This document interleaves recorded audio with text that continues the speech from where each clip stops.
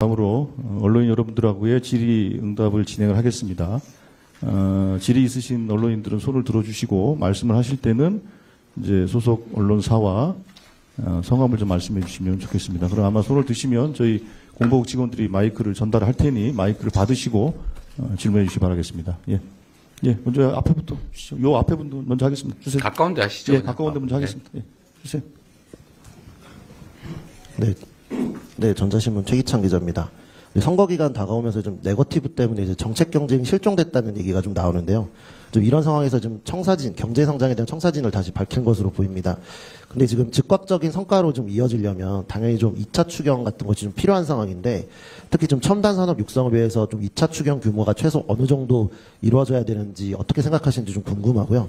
또 다른 이제 경제 성장의 또 다른 주체인 이 기업들이 기업 역할을 제대로 할 수 있도록 기반을 마련하는 것도 굉장히 중요해 보이는데, 인공지능이나 반도체 등 첨단 산업에 관련한 규제 개혁, 그리고 이들이 첨단 산업에 투자할 수 있도록 어떻게 좀 활성화할 수 있는 계획이 좀 있으신지 궁금합니다. 네, 이번에는 당선 발표와 동시에 임기가 개시됩니다. 국정 인수를 할 시간도 없고 즉각적으로 국정에 바로 임해야 되기 때문에 바로 할 수 있는 일부터 먼저 해야 될 것입니다. 산업 지원이나 산업 경제 정책을 만들어 발표하는 것은 약간의 시간이 필요할 것입니다. 그렇게 급하게 서둘러서 잘못될 수도 있기 때문에 치밀한 계획에 의해서 가능한 빠른 시간 내에, 그러나 즉각적으로 하기는 좀 어렵다는 말씀을 드립니다. 지금 추경은 당연히 검토해야 될 것입니다. 지금 단기적인 경기 부양이 필요한 상태입니다. 1분기에 마이너스 0.2% 성장, 즉 0.2% 경제 규모가 쪼그라들었습니다. 국민들의 고통이 너무 커지고 있습니다. 추가 추경을 통해서 지금 당장 급한 불을 좀 꺼야 될 것 같습니다. 산업 지원을 위한 추경은 지금 당장은 좀 어렵지 않을까 싶고, 일단 골목 상권이나 좀 당장 민생의 어려움을 덜기 위한 추경에 집중해야 될 때라고 생각됩니다. 첨단 산업, 산업활동, 기업활동 활성화를 위한 규제 개혁 문제는 새로운 정부의 주요 과제가 될 것입니다. 미리 수차례 말씀드렸던 것처럼 첨단 기술 산업 분야에 대해서는 가급적이면 네거티브 규제를 전적으로 좀 도입하는 방향을 저희가 검토 중입니다. 그렇게 하겠다고 약속도 드렸습니다. 우리 국민 여러분께서 혹시 이해 못하시는 경우가 있을 수 있어서 말씀을 드리면, 지금은 모든 것을 인정받은 이런 경우, 저런 경우, 이런 경우만 할 수 있다, 이런 식으로 할 수 있는 경우만 규제를 하고 있습니다. 포지티브 규제라고 보통 부르죠. 할 수 있는 것은 이거다, 그 외에는 안 된다, 이렇게 규제하고 있죠. 이러면은 관료들이 보수적으로 미리 막아버리기 때문에 필요한 것들을 현장에서 미리 수행하기 어려워집니다. 그래서 앞으로는 첨단 산업 분야 규제는 해서는 안 될 것을 명확하게 A, B, C, D의 경우는 안 된다라고 규정하고, 그 외에는 할 수 있는 것으로 풀어두고, 필요하면 사후에 부작용이 심하거나 문제가 심각할 때는 할 수 없는 경우를 추가하는 방식으로 이렇게 규제를 하겠다는 뜻입니다. 이걸 네거티브 규제라고 보통 부르는데, 첨단 산업 분야는 우리 예측할 수 없는 부분이 많고, 특히 국제 경쟁이 치열하기 때문에 다른 나라보다 더 많은 규제를 한다든지, 특히 AI 분야가 좀 그런 경향이 생겼는데, 미리 규제를 한다든지, 더 많은 규제를 한다든지, 또는 예단을 가지고 미리 규제를 한다든지, 다 허가받고 해라, 승인받고 해라, 이렇게 하면 문제가 생길 것 같아서 네거티브 규제로 전환하는 것을 검토 중입니다. 그 외에도 행정 편의를 위한 규제가 너무 많아서, 행정 편의를 위한 공직자들의 관리 편의, 관리상 편의를 위해서 불필요한, 하지 않아도 될, 꼭 필요하지 않은 그런 규제들을 많이 가지고 있습니다. 이런 규제들은 철폐하거나 아니면 최소화하거나 하는 방향으로 확실하게 신속하게 추진하도록 하겠습니다. 규제 개혁을 담당하는 별도의 기구를 만들어서 운영할 계획을 가지고 있습니다. 네. 예, 다음. 예, 바로 앞으로 넘어가시죠. 앞에 하세요. 앞에, 예. 네, 안녕하세요. 저는 경향신문의 박하연 기자입니다. 민주당은 중도 보수라면서 이제 외연 확장을 적극 시도해 오셨는데요. 최근 일부 여론조사에서 이제 중도층 지지율이 하락했습니다. 그래서 그 이유는 무엇이라고 보시는지, 남은 기간 어떻게 반등을 이뤄내실 계획인지 궁금합니다. 그리고 두 번째로 또 질문 드리고 싶은 것은, 이재명 정부의 유일한 인사 기준은 능력과 청렴함, 충직함이 될 거라고 하셨는데, 인사 기준에서 지역과 성별 안배 등도 중요하게 고려하실지 궁금합니다. 네, 지금 여론의 흐름이 뭐 일종의 진폭이 있다라는 점은 뭐 선거 때 되면 언제나 있는 일이죠.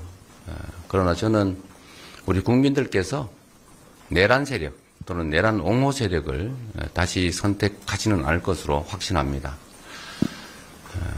대한민국이 최고 규범인 헌정 질서를 파기하고 국민에게 총구를 들이댄 그 내란 세력, 또 내란 수계와 단절하겠냐는 질문에 답을 하지 못하는, 극우 세력과 단절하겠냐는 질문에도 답을 못하는 그런 후보를 선택해서 다시 이 나라를 혼란 속으로, 불안정 속으로 밀어넣지는 않을 것이다.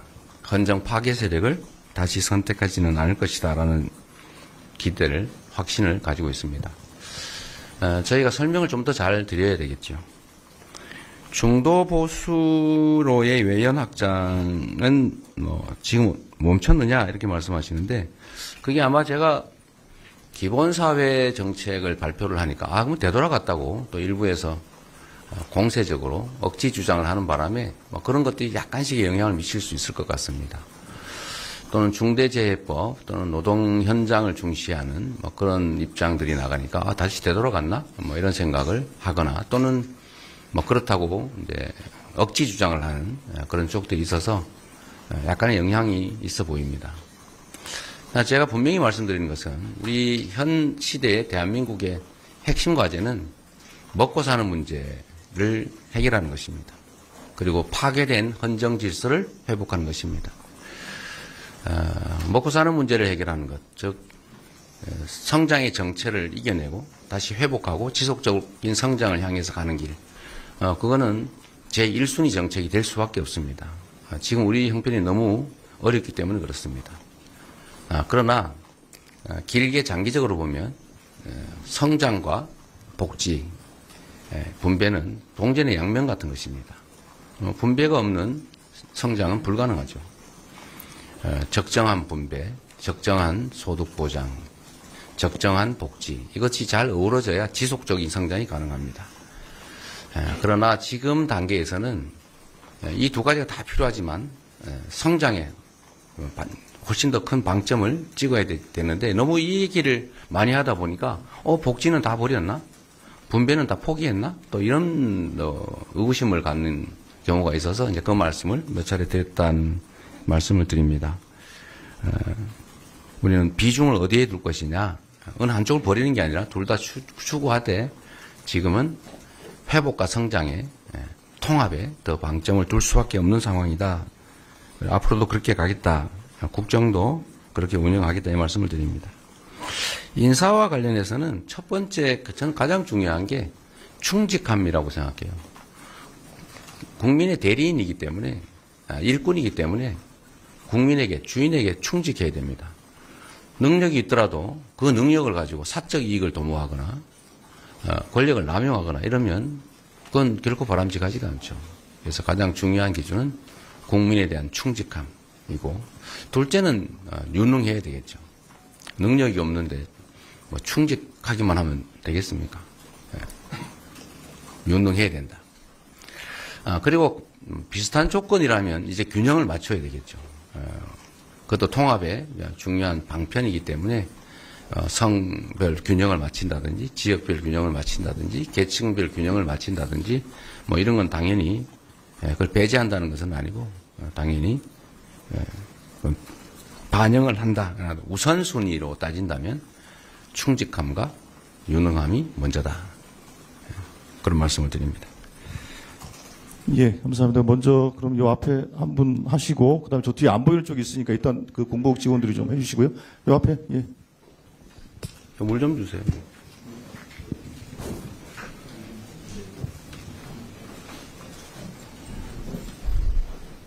예, 질문하십시오. 네, 말씀하십시오. 네, 안녕하세요. 국민일보 김판 기자입니다. 5월 18일 날 연임제 개헌을 발표를 하셨는데, 그간에는 개헌 논의에는 선을 그어 오셨고, 불과 그로부터 일주일 전인 선관위 10대 공약에도 포함은 안 돼 있었습니다. 일정을 고려한 발표로 이해는 하고 있는데, 뭔가 기류가 급변했다거나 기술적인 느낌도 조금 들어서 이에 대해서 질문을 좀 드리겠습니다. 개헌 발표를 갑자기 하시게 된 배경이 조금 더 궁금하고, 두 번째로는 3년 전에는 세계적인 추세라면서 중임제 개헌을 언급을 하셨는데, 이번에는 연임제로 표현이 조금 달라졌습니다. 구체적 설명이 부족하다 보니까 국민의힘에서는 공세를 펼치고 있는데, 이 차이에 대해서 후보님의 설명을 좀 듣고 싶습니다. 네. 그리고 마지막으로는 선대위에서는 그 재임중 대통령은 해당이 없다고 누차 강조를 하긴 했는데, 후보님의 의견이 궁금해서 여쭤봅니다.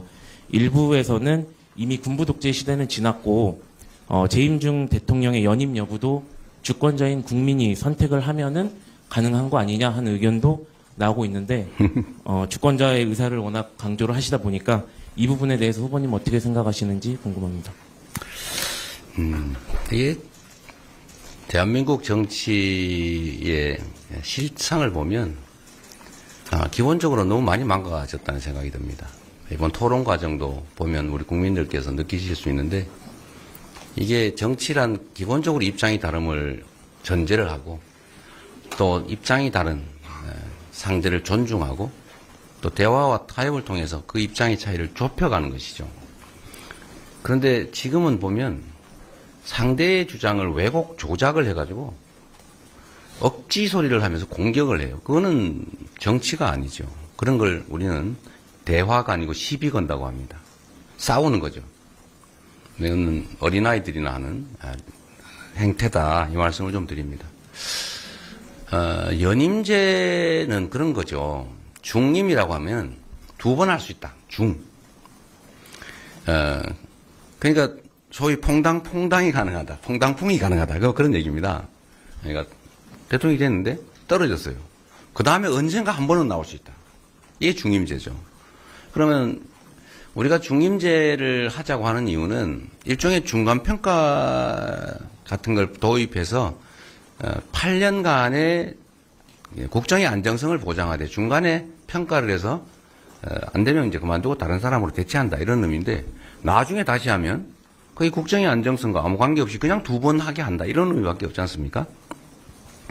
그런 문제가 있어서 학계에서 이건 중임이 아니라 연임만 하게 해야 된다. 이어서 한 번 더 하는 것만 하게 하고 나중에 떨어진다 다시 하는 건 허용하면 안 된다, 그 얘기예요. 그런데 이거를 누구나 다 알아들을 수 있는 얘기인데, 이걸 그럼 연임, 그러니까 이어서 계속 한다는 거냐, 그런 해괴한 소리를 하지 않습니까? 이게 언어라고 하는 걸 그냥, 언어는 그런 거죠. 우리 구성원들의 약속인데, 그냥 그 언어의 의미대로 받아들여주면 되죠. 그걸 왜곡해가지고 다른 의미를 부여해서 쪼가리를 내서 이렇게 공격을 하고 이러면 이거는 정치가 아니라 그냥 지금 국민의힘이 하는 것처럼 싸우는 거죠. 상대를 부정하고 제거하고 상대의 말을 왜곡하고 조작하고, 이런 생각이 극단적으로 발현된 게 바로 계엄이죠. 말하다가 안 되니까 아예 제거해버리려고 한 거 아닙니까? 내가 100% 다 갖겠다. 상대의 몫은 없다. 상대는 완전히 부정한다. 제거한다. 이 생각을 결국은 한 끝에 비상계엄이라고 하는 친위 쿠데타를 하게 된 겁니다. 이 생각 정말 바꿔야 돼요. 그냥 언어는 언어대로 받아들여줘야 됩니다. 선의로, 있는 대로 객관적으로. 연임, 이어서 2번 할 수 있다. 그런 거죠. 근데 2번 아니고 연임, 그러니까 그럼 3번, 4번 이어서 계속 할 수 있다는 거냐? 또 이렇게 곡해를 할 것 같아서 이건 2번이다. 영 의심스러우면 개헌은 제 혼자 마음대로 할 수 있는 게 아니죠. 국민적 합의가 필요하고, 걱정이 되면 1회에 하나에 연임할 수 있다. 이렇게 쓰면 되잖아요. 그냥 그렇게 하자라고 하면 되지. 제가 마치 이걸 100%다 결정하는 것처럼 혼자 푸틴처럼 독재하려고 그런다. 이러면 이게 정치가 되겠습니까? 이게 우리나라 정치의 수준을 떨어뜨리는 억지, 왜곡, 조작의 대표적 사례 같아요. 그러면 안 되죠. 또 한 가지는 갑자기 했냐. 그런 건 아닙니다. 아시는 것처럼 언젠가는 하자는 소리를 언젠가는 하겠죠. 제가 저번에 대선 때도 명확하게 약속을 드렸고 공약했고 그 입장은 크게 변한 게 없어요. 다만 중임이라는 의미가 중간에 특히 미국 사례를 보니까 중간을 띄고 나중에 다시 하면 이게 문제가 생기겠다. 이 세대 교체가 돼야 되는데요. 한번 불신임 받아서 이제 그만해야죠. 근데 나중에 또 나오고 이러면 어떡하겠어요. 이건 세대 변화도 좀 반영해줘야 되니까 연임 이어서만 하게 하자라고 한 걸 바꾼 후에 나머지는 대체적으로 전에 제가 입장을 밝혔던 것과 크게 다르지 않습니다. 그리고 내란 극복이 중요했기 때문에 개헌 얘기로 내란 극복 얘기의 본질이 흐려질 것을 우려해서 제가 일단 내란 극복이 먼저다 이 말씀을 드렸던 것이고요. 어쨌든 국민의힘 쪽은 어쨌든 이 얘기로 좀 주제를 옮겨가고 싶었던 거 아닙니까? 여러분이 다 아시는 것처럼 내란 얘기보다는 개헌 얘기로 바꿔서 내란에 대한 관심을 좀 떨어뜨리고자 했는데 저는 그게 우리 국민들의 입장에서 그리 바람직하지 않다고 봤기 때문에 좀 보류를 했던 것이고 가급적이면 이번 대선에서 쌍방이 대체적으로 합의될 수 있는 것은 이번에도 개헌하자는 입장을 명확히 밝혔지 않습니까? 예를 들면 5.18 헌법 전문수로 이번에도 한다고 하더군요. 근데 실제 속마음은 아닌 것 같긴 하지만 두 번째로 4년 연임제, 뭐 국무총리, 국회 추천제 이런 거 크게 이론 없이 합의할 수 있을 것 같고 감사원 국회 이관, 뭐 결선 투표 도입 뭐 이런 것 크게 이론이 없을 것 같아서 좀 개헌을 하자. 단 국민투표법을 개정하지 않으면 국민투표는 사전투표가 불가능하기 때문에 사전투표한 사람은 본투표에 가서 국민투표를 또 해야 되는 그런 문제가 있어서 국민투표법을 일주일 안에 개정을 하자. 어떤 내용이든 받아주겠다. 사전투표가 허용되는 방식으로 개정하는 나머지는 당시 여당 국민의힘의 모든 조건을 다 받아주라고 제가 우리 원내에 다 지시도 했는데 아무 반응이 없어서 결국 국민투표법 개정을 못하게 됐고 그러면 이번에 실제로 개헌 투표는 현실적으로 불가능해서 더 이상 진척이 안 됐던 겁니다. 그리고 계속 얘기가 되지만 제가 말씀드렸던 것처럼 그 다음 가능한 대안은 대선 후보가 모두 개헌안을 공약하고 그 공약을 당선되는 사람이 국민이 인정해 준 거니까 그에 맞추어서 개헌하자라고 제안했기 때문에 공약의 일환으로 좀 늦긴 했지만 이렇게 발표하게 됐다는 말씀을 드립니다. 재임 중 대통령은 적용이 없다. 헌법에 그렇게 써져 있잖아요. 그 써져 있는 대로 읽으면 되죠. 그게 예를 들면 이론적으로는 그런 논란이 있기는 한 것 같아요. 헌법을 개정하면 그 조항조차도 국민이 바꾼다는 뜻이기 때문에 그게 그 개정 당시에 국민의 뜻이라면 그 개정된 헌법에 따르는 게 국민 주권주의에 더 맞다. 그건 왜냐하면 과거의 국민들이 현재 국민들의 의사를 제약하는 측면이 있는데 국민의 의사는 현재 국민들의 의사여야 하는 거죠. 그러니까 학계에서는 그 적용이 없다라고 하지만 정치 도의상 그렇게 헌법에 써져 있는데 그걸 어떻게 쉽게 어기겠습니까? 그건 또 책임의 문제가 있죠. 그럼 저는 어떤 입장이냐?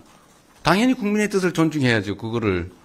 그러나 저는 이 개헌 당시에 대통령이 헌법 개정을 해서 그 개정된 헌법에 따라서 추가의 어떤 혜택을 받겠다는 걸 우리 국민들이 쉽게 용인하지 않을 거라고 봅니다.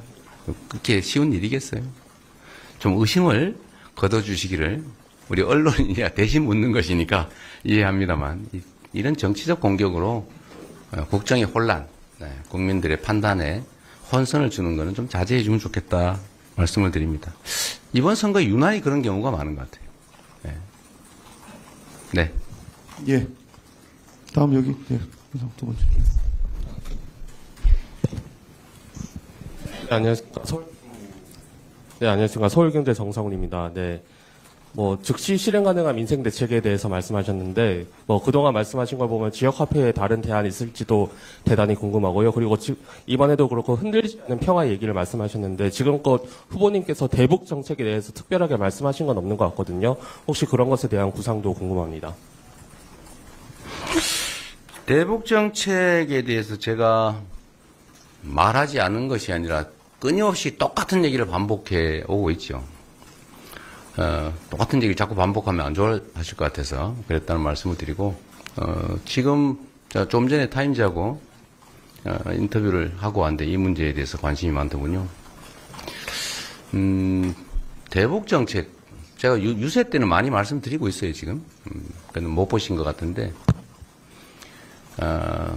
한반도는 군사 밀도가 가장 높고, 현재도 법적으로는 전쟁 중이고, 그리고 이 윤석열 정권에 의해서 윤석열 정권의 강대강 정책 때문에 한반도의 군사적 긴장이 매우 높아져 있는 상태입니다.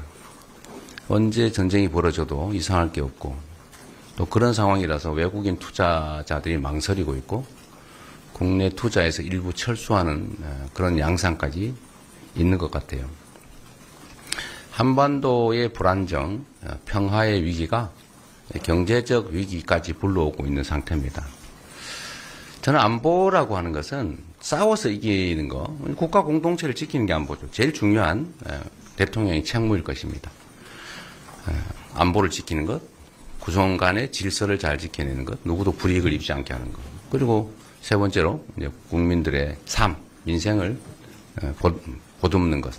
이게 이제 제일 중요한 일들일 텐데, 안보라고 하는 국가의 안전을 지키는, 공동체를 지키는 방법은 여러 가지가 있습니다만 매우 복합적이죠. 아주 원리적으로 얘기를 하면 싸워서 이기는 건 하책이죠.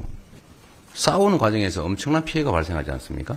뭐 다 대량 파괴되고 대량 살상되고 더 많이 살아남은 쪽이 이기는 거, 그게 뭐 진 것보다는 낫겠지만 하책이죠. 싸우지 않고 이기는 게 중책이죠. 그런데 싸우지 않고 이기는 것보다 더 나은 평화 정책은 싸울 필요가 없는 상태, 즉 평화를 만드는 것입니다. 이건 너무 상식적이잖아요. 이웃과 침략에 파괴의 위험 없이 공존할 수 있다면 그렇게 되도록 노력하는 게 당연히 해야 될 일이죠. 남북관계도 마찬가지입니다. 대한민국은 군사력 5위, 거기다가 한미 안보 동맹까지 뒷받침되고 있죠. 대한민국의 국방비 지출 수준이 다른 나라보다 매우 높고, 북한의 1년 총생산에, 즉 북한 주민 전체가 1년 생산하는 총액의 약 2배에 이르는 국방비를 우리가 지출합니다. 세계 군사력 5위죠. 막강한 군사력을 가지고 있습니다. 근데 북한이 이제 핵무기를 가지고 있다는 게 우리로서는 안보의 걱정거리인데, 그렇다고 우리가 핵무기를 개발하는 것은 그렇게 현실적으로 쉬운 일이 아니죠. 그러면 결국 계속 강대강 정책으로 부딪히면 이게 안보냐? 이런 강력한 군사력, 국방력을 유지해서 억지력을 키우되 이것만 가지고 되는 것은 아니고, 여기에 더해서 대화하고 타협하고 협력하고 공존하고, 우리가 예를 들면 10개를 얻을 수 있다면 1개 정도는 양보할 수 있는 거죠. 1개도 양보 안 해서 10개를 손실을 보는 것보다는 1개를 양보해서 10개를 얻는 게 낫지 않습니까? 뭐 상대는 3개 정도 얻는다고 보고. 그래서 이걸 안보 정책을 좀 복합적으로 해야 되는데, 지금은 너무 강경일변도로 무력 제압 또는 뭐 그냥 보복 뭐 이런 압박 전략만으로 일관했는데, 그게 결국은 군사적 긴장을 격화시켰죠. 그래서 저는 막강한 국방력, 군사력을 우리가 유지를 하고 또 강화를 해나가고, 한미안보 동맹도 강화를 하되 가능한 대화, 협력, 소통, 공존의 길을 찾아야 한다. 이게 저는 대북 정책이라고 말씀드립니다. 경기 진착적으로 뭐 당장 할 수 있는 거 이런 말씀 비슷하신데, 저는 이 기자회견문에도 나옵니다만 이 마중물이라고 하는 개념을 좀 이해를 했으면 좋겠어요. 무조건 돈 없으니까 아끼자, 견뎌내자, 시장이 알아서 할 거다, 각자 알아서 살자, 언젠가는 좋아지겠지. 이러다 지금 대한민국 경제가 이렇게 망가졌어요. 우리가 교과서에서 맨날 본 것처럼 뉴딜 정책, 대공황이 오니까 정부가 나서서 불필요한 당시로서는 당장 필요하지 않은 댐도 만들고 뭐 일자리 만들어서 그거 적자 아닙니까? 뭐 댐 만들어서 뭐 어디다 쓰게? 그 불황에. 그러나 댐도 만들어서 일자리도 만들고 음식물도 제공하고 그때는 안 했거든요. 그전에는. 노조에 대해서 힘도 강화해줘서 노동자들과 사용자의 힘의 균형을 맞춰주고 그 임금이 좀 오르고 또 소득세도 더 많이 걷어서 재정 지출도 늘리고 이렇게 해서 미국 경제가 살아나지 않습니까? 물론 뭐 그 위에 전쟁에 참전을 하면서 더 많은 이익을 보긴 했지만 이건 기본이죠. 경기 호황에는 정부가 경기 조절을 위해서 일정한 노력을 한다. 뭐 당연하죠. 경기 불황 때는 경기를 부양하기 위해서 일정한 노력을 해야 되는데 안 하잖아요. 가만히 있어요. 세수 없으니까 지출할 게 없다. 그러면서 세금은 또 깎아줘요. 안 깎아줘도 되는 초대기업 이런 데를 막 깎아줍니다. 근데 이 재정이 부족하다 그러면서 이 국민의힘 후보 김문수 후보 제안을 보면 뭐 또 세금을 부자를 또 깎아준대요. 상속세도 깎고 근로소득세도 깎고 뭐 법인세도 깎고 하루 종일 깎기만 해요. 이러면 나라가 어떻게 됩니까? 이런 책임 있는 무책임한 이런 걸 우리 국민들께서 좀 잘 살펴주시길 바랍니다. 지금은 100만 원을 투자하면 그냥 없어지는 게 아니고 그 100만 원의 순환 속도가 엄청나게 빨라서 소위 소비 승수 효과. 지금은 돈이 없어서 못 쓰고 있지 않습니까? 들어오면 거의 다 쓸 거예요. 어쨌든 그 소비 승수 효과도 있고 또 마중물 역할을 하기 때문에 정부의 재정 지출을 어떻게든지 늘려서 우리 시중 민생 경제를 뒷받침해 줘야 됩니다. 이건 정말 초보적인 경제 정책인데 뭐 어쩌다가 이렇게 되는지 모르겠어요. 그리고 특히 또 하나만 더 말씀을 드리면 경제산업 정책에 왜 자꾸 이념을 들이댑니까? 경제는 철저히 실용적이라 해야 돼요. 대통령이 재벌 회장들을 불러 모아놓고 투자 약정을 받더라도 돈이 되면 하는 거고 돈 안 되면 절대 안 합니다. 아버지가 부탁하고 우리 가족이 부탁해도 사업에서 돈 못 버는데 그걸 왜 하겠어요? 막 누가 뜯어말려도 돈이 되면 하는 게 기업이죠. 경제는 철저하게 실용적으로 접근해야 돼요. 거기다 이념의 잣대를 들이대면 안 됩니다. 무슨 거기다가 자꾸 이념적 색채를 씌워가지고 재생에너지 산업은 무슨 진영 정책인 것처럼 이렇게 주장하면 안 되죠. 재생에너지 정책, 원전도 마찬가지 아닙니까? 원전 필요하면 쓰는 거죠. 우리가 쓰지 말자고 안 하잖아요. 적정하게 섞어 쓰자. 에너지 믹스로 가자. 원전도, 화석연료도, 재생에너지도. 재생에너지 비중을 늘리자. 그게 새로운 산업으로 유망하지 않습니까? 일자리도 생길 거고, 재생에너지 생산하는 농어촌에 주민들의 소득도 늘어날 거고, 또 지금 에너지 부족으로 기업들이 해외로 탈출하는데 특히 아리백에 대응하려면 재생에너지 정말로 많이 확충해야 돼요. 근데 여기에 자꾸 이념의 색채를 뒤집어 씌워가지고 제한하려고 합니다. 정치인들이 그러면 안 되죠. 경제가 살 길을 찾아야지 경제가 살 수 없도록 자꾸 한쪽으로 이념적으로 진영을 논리로 몰면 안 된다 이 말씀드립니다. 예, 그럼 저쪽 안 보이는 쪽에 신청하신 분 있는 것 같은데 마이크 좀 전달해 주시기 바랍니다.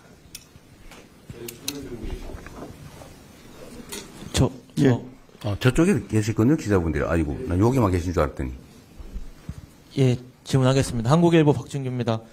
후보님께서 대통령이 되시면 입법부가 지금 민주당만 171석이고 그래서 입법부랑 행정부를 사실상 독점하게 되는 형태가 되는 거 아니냐. 이런 구조 때문에 무리한 정책을 좀 과도하게 밀어붙일 수 있지 않겠느냐는 우려가 나옵니다.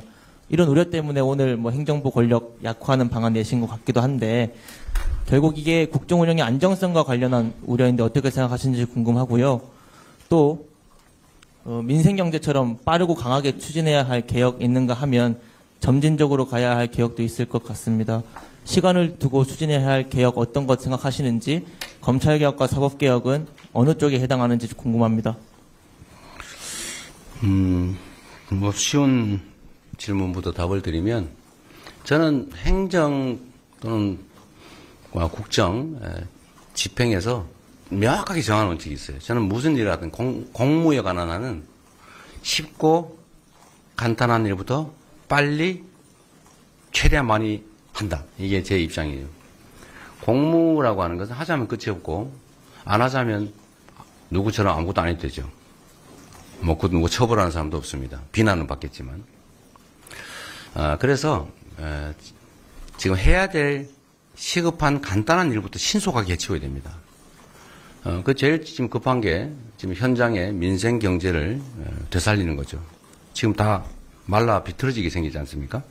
최소한 생존은 유지해야 된다. 민생 경제 회복에 최우선 순위를 둬야 될 것 같습니다. 제도 개혁이나 뭐 특히 사법 개혁, 경찰 개혁, 검찰 개혁 중요하죠. 뭐 수사권 조정이든 뭐 다 중요한데 여기에 지금 뭐 조기에 주력해서 힘을 뺄 상황은 아닌 것 같아요. 지금은 모든 에너지를 초기에는 경제 회복, 민생 회복에 둬야 된다. 그리고 너무 국민들이 많이 분열되고 대립 갈등을 겪고 있기 때문에 국가적 에너지를 다 모아서 이 난국을 타개해야 되는데 이 급하지 않은 갈등적 사안들에 집중하면 이 에너지를 모으기가 쉽지가 않아요. 소위 사회 통합이 쉽지가 않습니다.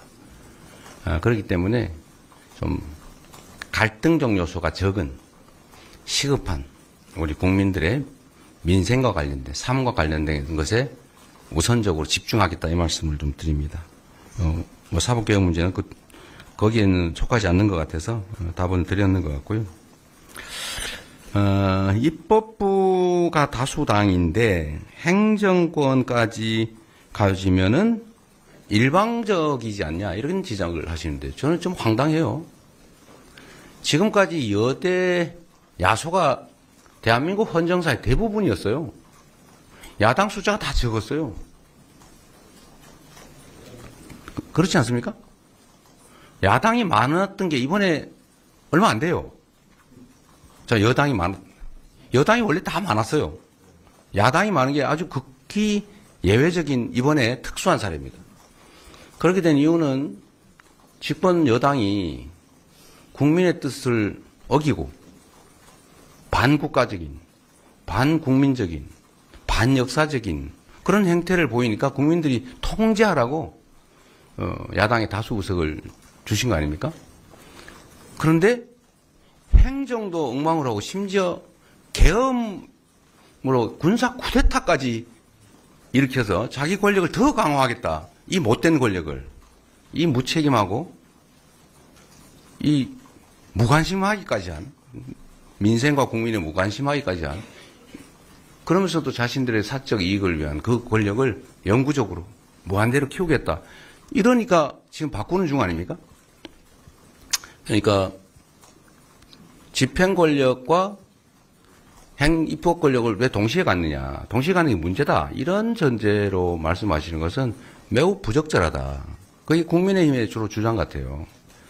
그렇게 하면 그러면 여대 야소가 아니라 여소 야대가 그러면 정상 상태냐? 일이 안 되잖아요. 일이 안 되는 것보다는 일이 되는 게 낫죠. 또 통제 시스템도 충분히 있지 않습니까? 언론의 통제도 있고 국민의 감시도 있고 제도들도 있고. 그리고 우리 민주당은 국민의힘처럼 하지 않습니다. 국민의힘처럼 국민의 뜻을 어기고 역주행을 해가지고 국민으로부터 미움받는 그런 바보짓을 왜 하겠어요? 저는 술 좋아하지 않습니다. 우리 가족들 부정부패 저지르지 않아요. 저도 부정부패 그런 거 하지 않습니다. 평생 업자들 사적으로 만나본 일이 없어요. 일부러 안 만났어요. 차 한잔 얻어먹은 일이 없어요. 철저히 관리해서 제 주변 사람들이 실제 부정부패를 저지르거나 범죄에 연루돼서 이렇게 막아야 되는, 권력을 이용해서 막아야 될 그럴 일 없습니다. 그거 왜 하겠어요?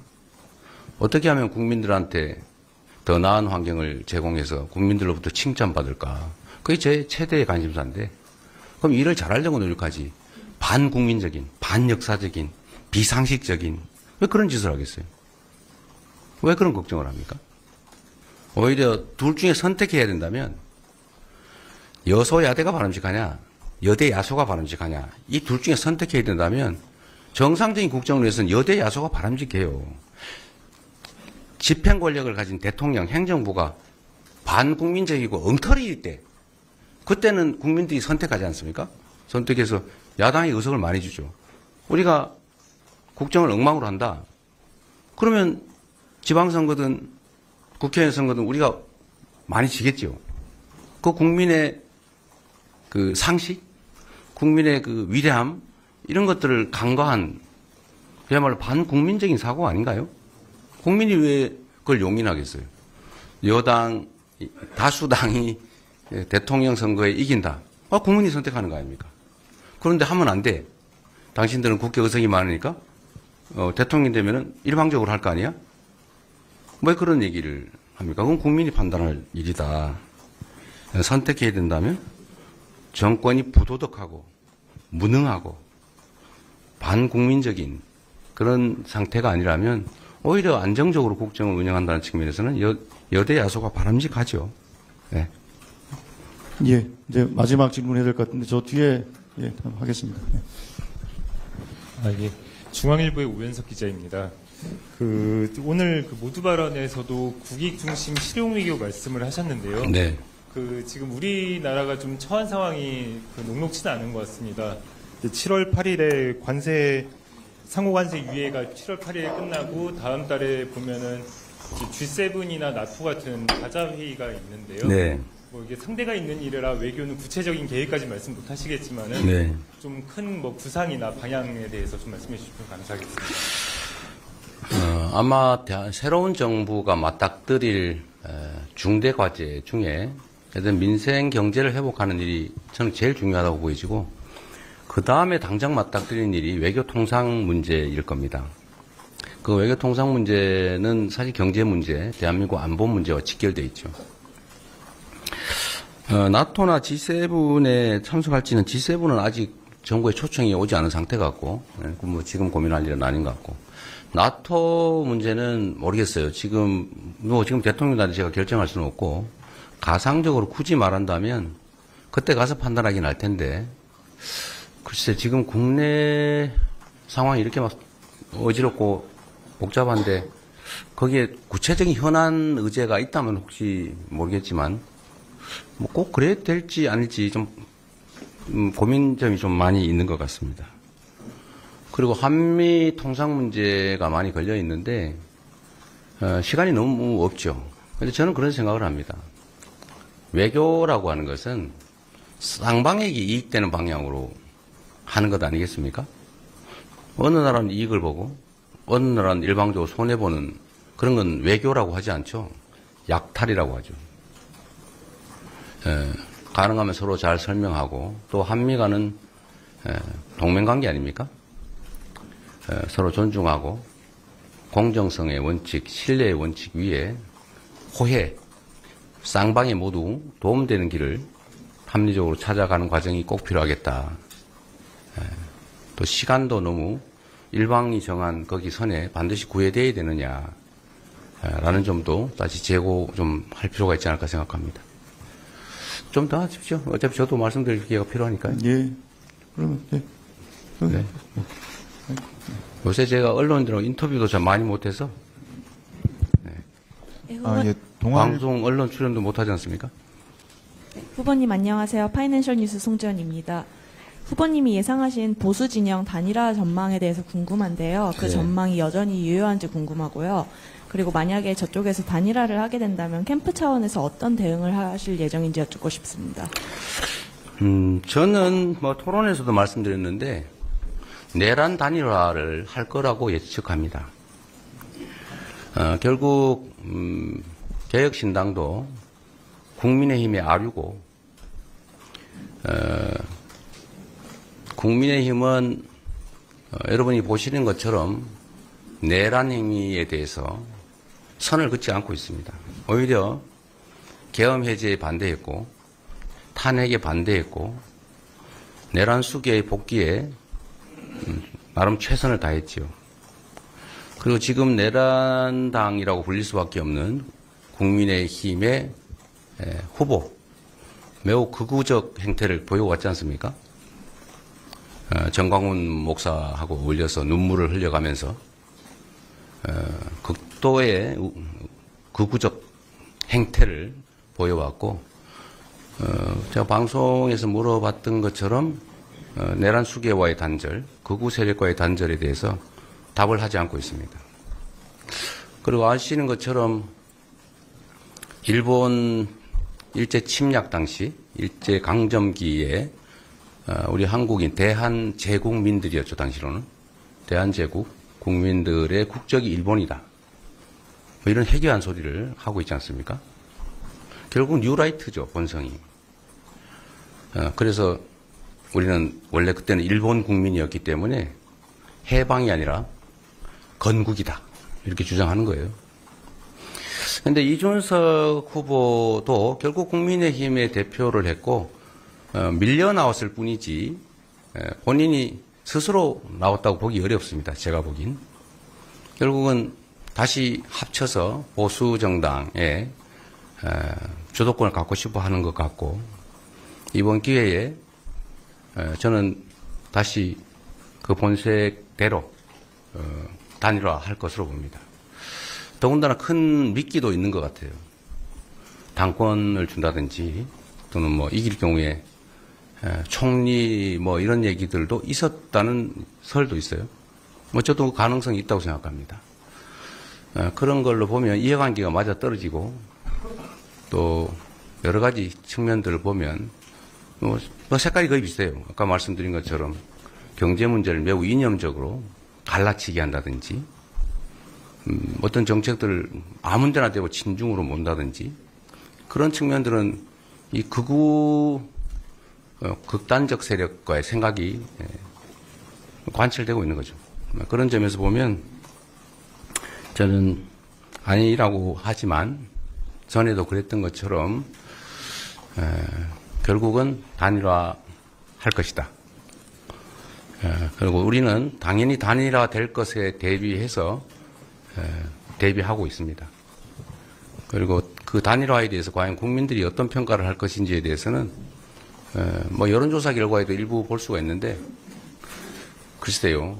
그게 얼마나 시너지가 있는지 모르겠지만 정치적 이해관계를 따져보면 단일화하는 게 아마 그 두 쌍방에 모두 도움되는 것이어서 단일화할 가능성은 매우 높다. 거의 확실하다. 저는 그렇게 생각합니다. 네.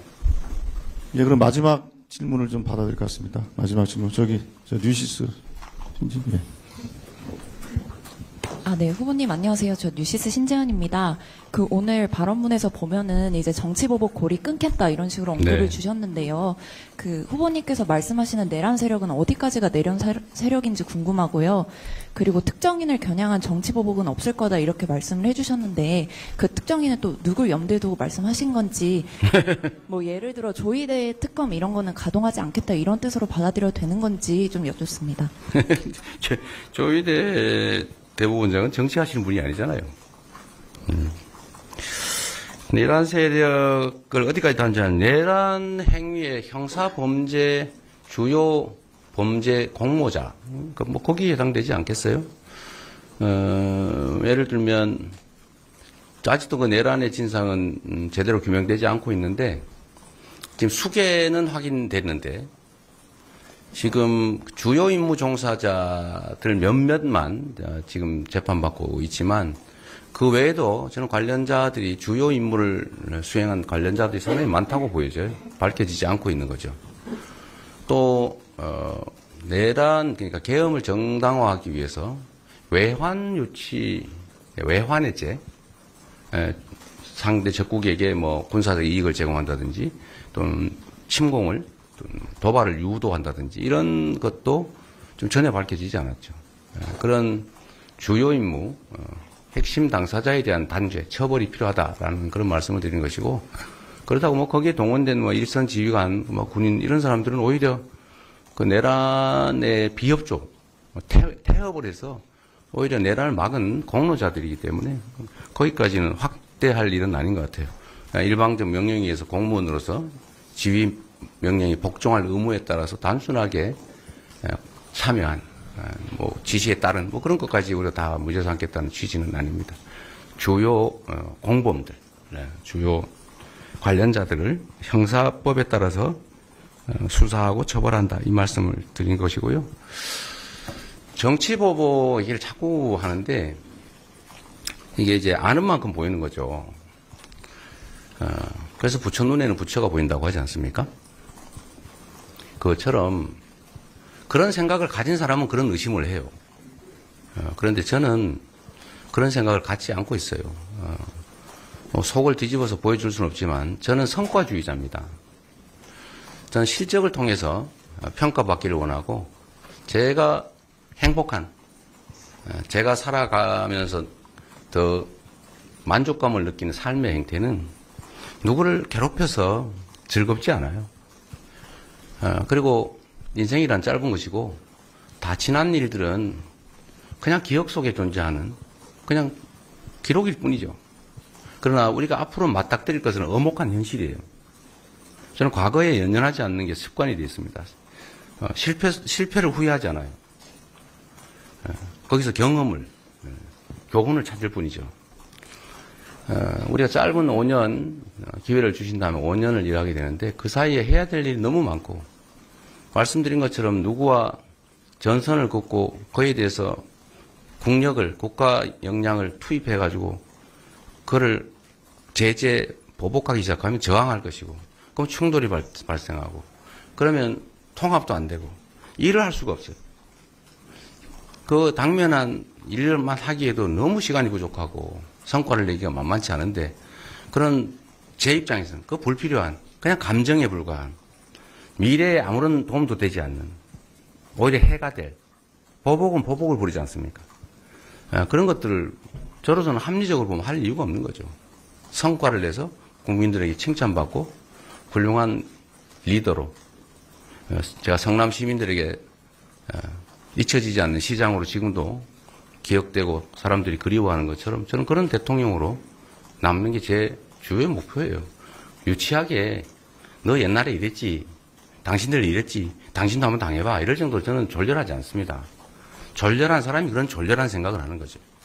제가 그런 졸렬한 생각을 했으면 지금까지 살아남아 있지는 못합니다.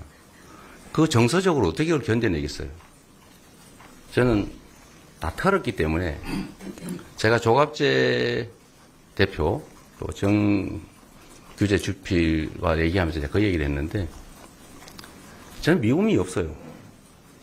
미워하면 제가 마음이 너무 아프기 때문에 힘들기 때문에 견디지 못했을 겁니다. 미움을 가졌다면.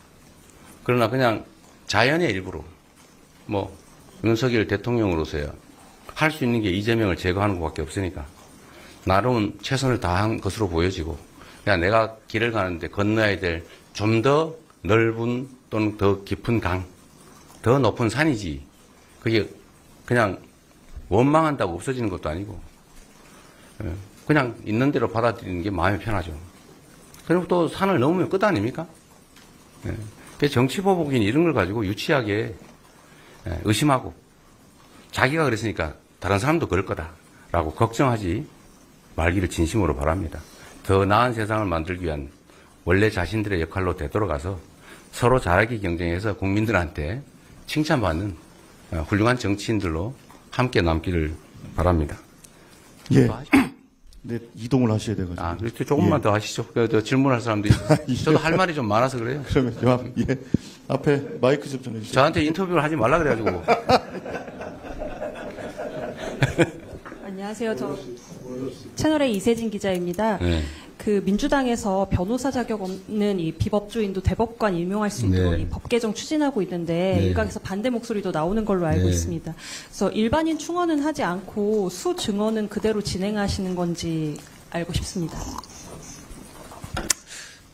저번에 대법원에서 국민들이 상식적으로 납득하지 못할 상황을 만들었기 때문에 이 문제에 대해서 뭔가 근본적인 대책이 필요하다는 국민 여론이 있는 건 사실이죠.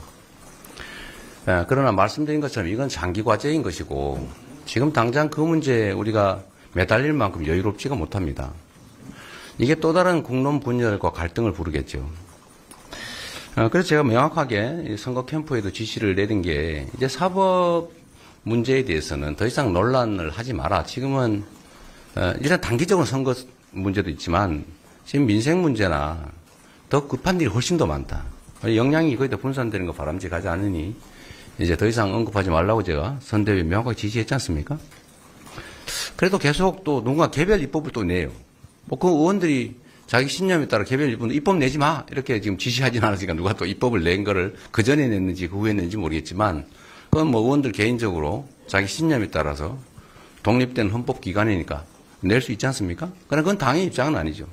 그런데 또 그런 오해를 불러서 대법관을 비법조인 대법관을 확 늘리는 거냐. 그래서 제가 공식적으로 입장을 한번 낸 거예요. 그건 당의 입장도 아니고 지금 그런 거는 할 때가 아니다. 그리고 저도 법조인이지만 비법률과 이게 대법관의 문호를 개방하는 문제는 그렇게 쉽게 얘기할 수 있는 게 아니다. 저는 기본적으로는 지금 상태로 그렇게 결정하기 어렵다. 그래서 그 문제는 명확하게 얘기했고 대법관 수를 늘리는 문제도 사실은 이건 법원 내에서도 대법관 당사자들 외에는 대체적으로 원하던 현안이에요. 그러나 지금 또 그게 잘못 정치적 논쟁거리가 되면 할 수 있는 일, 해야 될 일도 못하는 상황이 벌어질 수가 있다. 그러니까 지금은 그런 얘기 할 때가 아니다가 정확한 제 입장입니다. 네. 예, 내가 저 뒤에 그 동아일보 예, 이준 기자. 예. 아, 감사합니다. 시간 없으신 것도 짧게. 괜찮아요. 예, 짧게. 저도 이렇게 해명하기 위해서는 좋잖아요. 뭐 아니된 게 이재명이가 시켰다 이렇게 막 쓰던데. 방금 인사 추천제, 국민 추천제 말씀해 주셨는데 이게 왜 필요하다고 보시는지 그리고 좀 구체적으로 어떤 방식으로 작동하게 될 것인지에 대해서 여쭙습니다. 지금도 정부에 뭐 인재 데이터베이스인가가 있긴 있는데 제대로 관리가 안 되고 있더라고요. 그런데 사실 이해관계에 따라 친소관계에 따라 인사를 하면 그런 게 필요가 없죠. 그냥 뭐 이번 직전 정부가 했던 것처럼 정말로 그 노동부 장관을 그런 막 그분을 임명을 한다든지 정말 반노동적인 사람을 노동부 장관에 전혀 친인권적이지 않은 사람은 인권위원장에 전혀 독립적이지 않은 분에게 독립기념관을 뭐 이렇게 할 거라면 그거 전혀 필요 없죠. 그러나 저는 말씀드린 것처럼 성과를 내는 게 저의 목표고 저는 정치를 하는데 누구에게도 신세진 바가 없어요. 경제적으로든 정치적으로든 저는 오로지 정말 국민과 소통하면서 국민의힘 그러니까 이상하니까 국민의 저력으로 국민들의 지지를 받아서 여기까지 왔습니다. 국민들이 저한테 기대하는 바가 있죠. 저는 아무런 기득권도 배경도 없습니다. 근데 국민들이 기대하는 바는 더 나은 세상을 만들어 달라, 더 깨끗한 정치해 달라, 그거 아니겠습니까? 근데 결국은 대통령이 행정을 하는 게 아니에요. 대통령은 자기 손으로 하는 게 아니라 다 지시를 해서 누군가한테 맡겨서 합니다. 그래서 인사가 중요하죠. 고위직이든 하위직이든 결국 구급 공무원에 의해서 실제 일은 집행이 되죠. 그런데 이 공무원들에 의해서 국정이 이루어지는데 그 공무원들이 바른 생각으로 국민을 위해서 유능하게 성실하게 하면 국민들에게 칭찬받고 더 성과를 내겠죠. 그런데 무능하거나 무책임하거나 아니면 반국민적 시각을 가지고 있거나 이런 사람들 시켜놓으면 망치겠죠.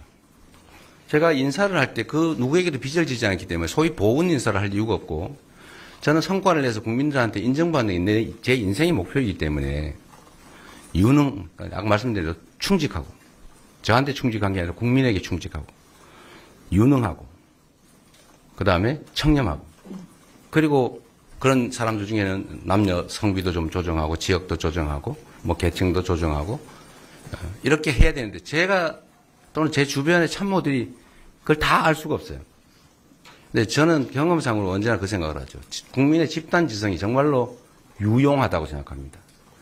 저는 가끔씩 제 인터넷, SNS에다가 공개적으로 말고 약간 범위를 제한해서 이렇게 의견을 물어볼 때가 많아요. 그러면 여러 가지 의견들이 들어오는데 여기 계신 참모들보다 나은 의견이 들어올 때가 꽤 있습니다. 많은 분들의 의견을 듣는 게 중요하죠. 인사도 마찬가지입니다. 우리가 이렇게 막 상의를 하지만 모르거든요. 모르는 게 있어요.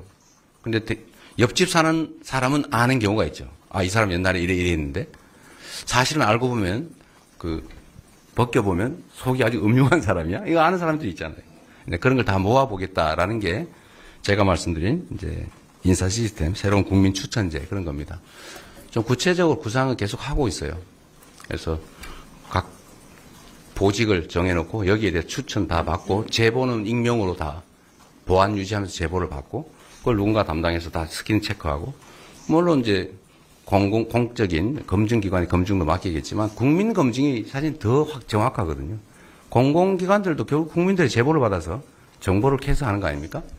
그래서 국민들에게 좀 선택권을 국민들에게 판단권을 좀 최대한 많이 부여하자라는 것입니다. 근데 이번이 참 문제가 이게 인수위 기간이 좀 있었으면 그 사이에 정부 고위직들도 좀 그런 과정을 거쳤으면 좋겠는데 이번에는 이게 바로 일을 해야 되는데 그러기에는 시간이 부족해서 지금 당장 구성해야 되는 인적 자원들은 이렇게 하기가 좀 쉽지 않을 것 같아요. 근데 그 다음에 이제 시간 지난 다음에 임명할 수 있는 그런 쪽은 최대한 이렇게 추천제를 도입해 보려고 합니다. 다 끝나가는 것 같습니다. 퇴장하시면서 기자분들하고 또 인사 좀 해주셔야 되는데. 네. 아니, 그래서 이거 하세요. 뭐, 어차피.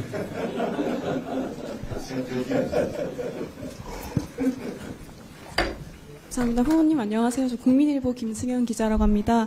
지난 대선 때 제시하신 언론개혁 이번에는 얘기 듣지 못한 것 같아서 관련 질문 2개 드리고 싶은데요. 첫째는 이제 언론개혁 같은 경우는 속도 조절을 할 것이라는 전망도 있는데 징벌적 손해배상을 골자로 한 언론중재법 처리 방침에 대한 후보님 입장 궁금하고요. 둘째는 이제 후보님이 민주당 대표이던 시절에 민주당이 언론중재위 제소를 빈번하게 진행해서 비판적 기사에 대해 과도하게 대응한다는 인상을 준 바 있는데 연장생산에서 이제 민주당이 집권할 경우에 언론의 자유가 위축될 것이라는 현장의 우려에 대한 후보님 입장 궁금합니다. 급한 일 아니니까 나중에 생각해 보죠. 네.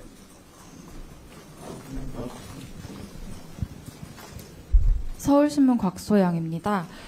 아까 전에 안정적인 국정 운영을 위해서는 여대 야소가 오히려 바람직하다고 말씀을 중복된 질문 생략하도록 하겠습니다. 그렇지만 미안합니다. 모두 발언에서 권력과 견제 균형을 보장하기 위한 협치 시스템을 말씀하셔서 이 부분에 대해서 좀 구체적인 방안이 좀 궁금하고요. 그리고 한 가지 더 해서 배우자분이신 김혜경 여사님께서 저쪽 국민의힘에선 설난영 여사님이 좀 대외적으로 행보를 계속하고 있으신데 김혜경 여사님께서는 대외적인 행보를 따로 안 하고 계셔서 이 공개 행보에 대해서 열흘 남은 기간 동안 어떻게 동반 행보를 할 계획이 좀 있으신지 이 부분 2가지 궁금합니다.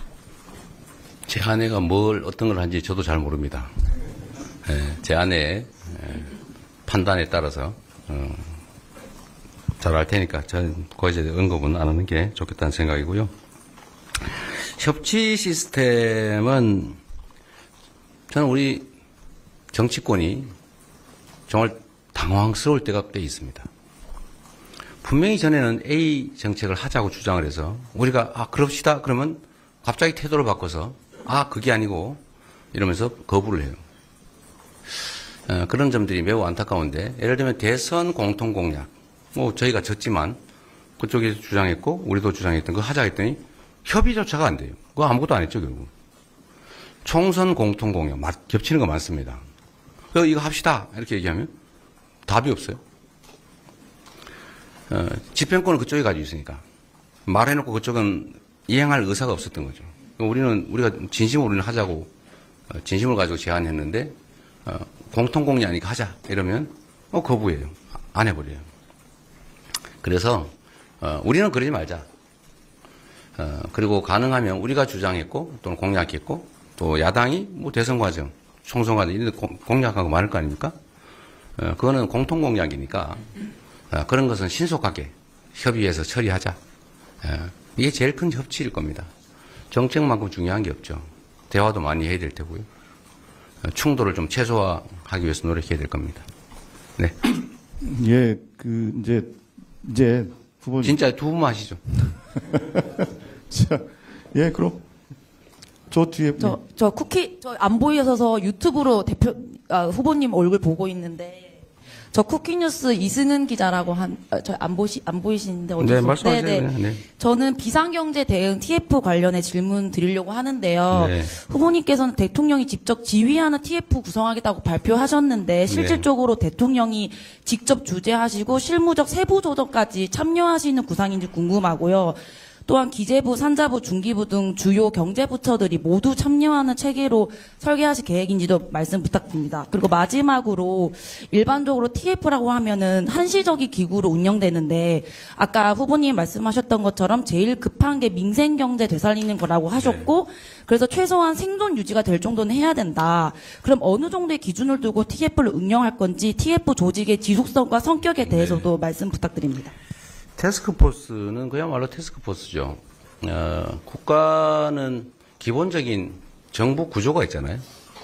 그게 하나의 큰 시스템이에요. 대통령, 비서실, 총리, 그다음 장관들, 그 아래 각 부서들, 소속기관. 이게 유기적으로 잘 되게 조직이 되어 있습니다. 원래 통상적으로 그런 시스템에 의하면 되죠. 그런데 지금은 너무 긴급한 사안들이기 때문에 좀 너무 계단이 많으니까 해당되는 실무 또는 지휘자 그룹들을 모아서 좀 직접 챙겨야 되겠다고 생각을 합니다.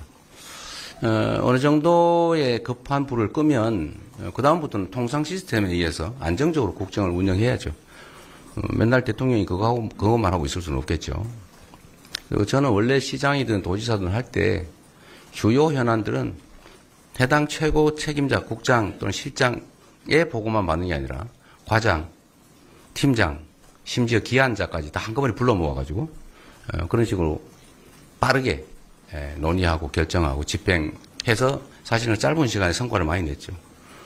국정도 그렇게 신속하게 처리해야 될 사안들이 많고 그중에 특히 경제 문제, 당장의 민생 문제가 심각하기 때문에 제가 직접 챙겨서 일정 기간 필요한 만큼 유지하고 주요 현안들을 다 챙겨서 정리하고 나면 그 다음부터는 다시 일상적인 국정 시스템으로 돌아가면 될 거다.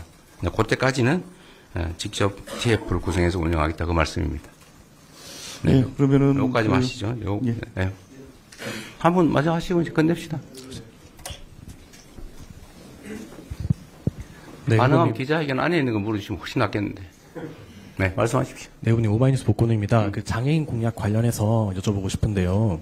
이 장애인 이동권이나 교육권 같은 것에 비해서 장애인 탈시설은 좀 논쟁이 첨예한 개념이기도 하고요. 그래서 대선 후보로서 탈시설에 대한 구체적 입장이 무엇인지 궁금하고요. 그리고 이번 국회에는 탈시설 지원법이 아직 발의되기 전인데 이 장애인 거주시설 폐쇄 계획을 담은 탈시설 지원법을 임기 내에 추진할 생각이 있으신지 궁금합니다. 이게 이제 입장이 갈리잖아요. 장애인도 집단적 시설 내에서 수용하듯이 이렇게 하는 거 반인권적이다 이런 주장도 있고 그렇기 때문에 가족에게 또 일상으로 돌아가서 좀 비용이 더 들더라도 그렇게 생활할 수 있게 해주는 게 필요하다 이런 입장이 있는 거였어요. 그게 이제 탈시설 주장하시는 거 아닙니까? 근데 또 한편으로 보면 그게 현실적으로 지금 당장 일률적으로 강제하는 게 가능하겠냐 반대하는 입장도 많고 시설 유지 운영하시는 분들 입장에서는 좀 효율적으로 장애인들을 지원하는 것도 필요하죠. 또 상태에 따라 또 다르잖아요. 장애 상태에 따라서. 또 가족들이 원하지 않을 수도 있죠. 또 본인이 혼자 감당할 수 없는 경우도 있을 수 있고. 아주 다양하고 상황들은 복합적이기 때문에 그렇게 일률적으로 일정 시점을 정해서 강제하기는 아직은 좀 이르지 않냐. 여전히 좀 이런 논의들이 계속되고 있는데 방향은 바람직한 방향으로 가되 그 일률적으로 조기에 강제하는 것은 섣부르다 이런 생각이 좀 듭니다. 네, 자 수고하셨습니다. 네, 이상으로 마치겠습니다. 감사합니다. 후보님 오늘 이제 당진, 아산 또 천안 또 유세 일정이 있어서 그만 이동을 하셔야 될 것 같습니다. 함께해 주신 언론 여러분 고맙습니다.